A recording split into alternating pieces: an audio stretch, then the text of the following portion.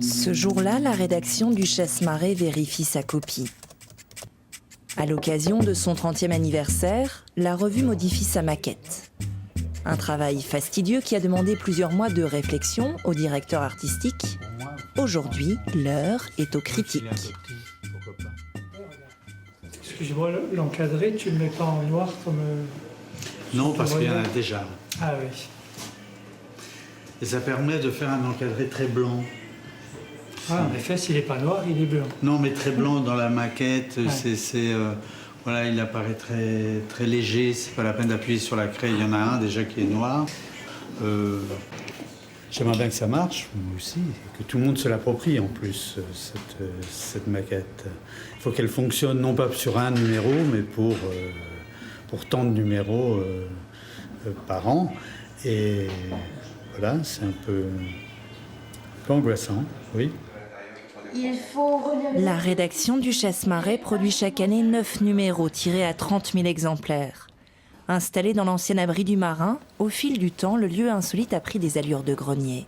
C'est un univers, mais on n'arriverait pas, je pense, à travailler ailleurs. On ne pourrait pas se retrouver dans une zone industrielle, dans un hangar anonyme. Là, on a la mer, on la voit de toutes nos fenêtres, on a la vie du port de pêche à nos pieds, et puis on a cet univers culturel. Donc on retrouve vraiment une ambiance.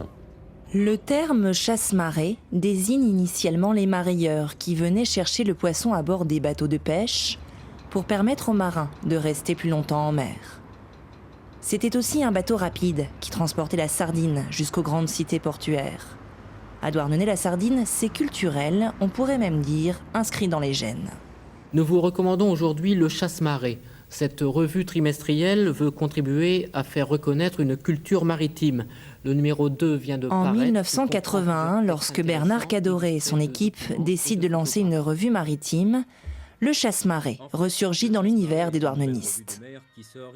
On voulait donc que ce soit une belle revue, avec des textes d'un bon niveau, bien relus, bien écrits si possible, et avec une mise en page attrayante, assez classique au début, une iconographie très soignée, très recherchée. Ça, c'était, je crois, ce qui distinguait le Chasse-Marée des autres revues.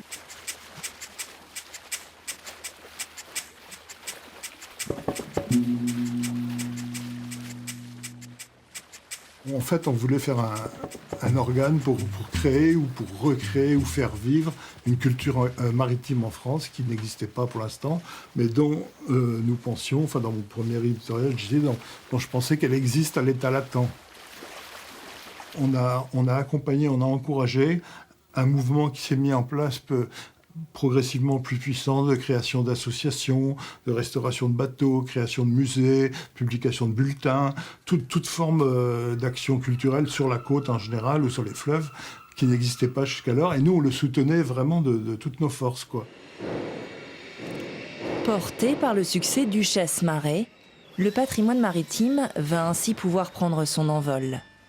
À commencer par la renaissance des charpentiers de marine. Fer de lance de ce mouvement, les chantiers du GIP. Ici, 16 personnes travaillent en permanence à la restauration ou à la construction de bateaux traditionnels. C'est joli ça, ce petit dessin avec le petit rabat pour permettre de rentrer dans la couchette et puis de la refermer après. Les petites aérations pour les matelas, enfin il y a des détails, nous à chaque fois on apprend. Au chantier du GIP, ils savent faire.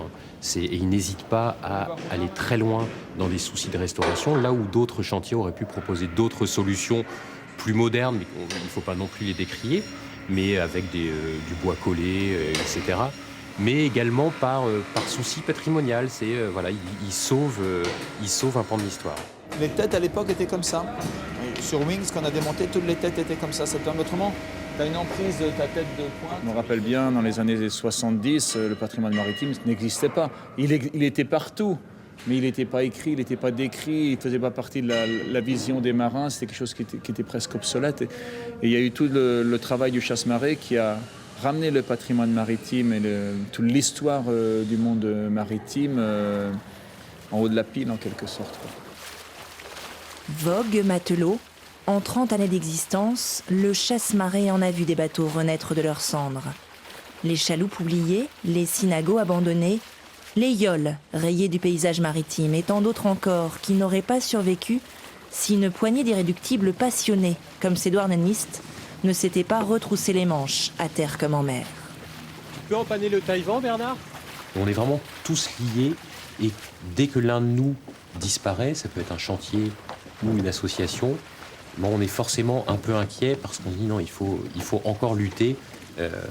Cette lutte qui a été initiée dès les années 70, elle n'est pas encore gagnée. Il faut continuer à se battre pour que le patrimoine maritime existe.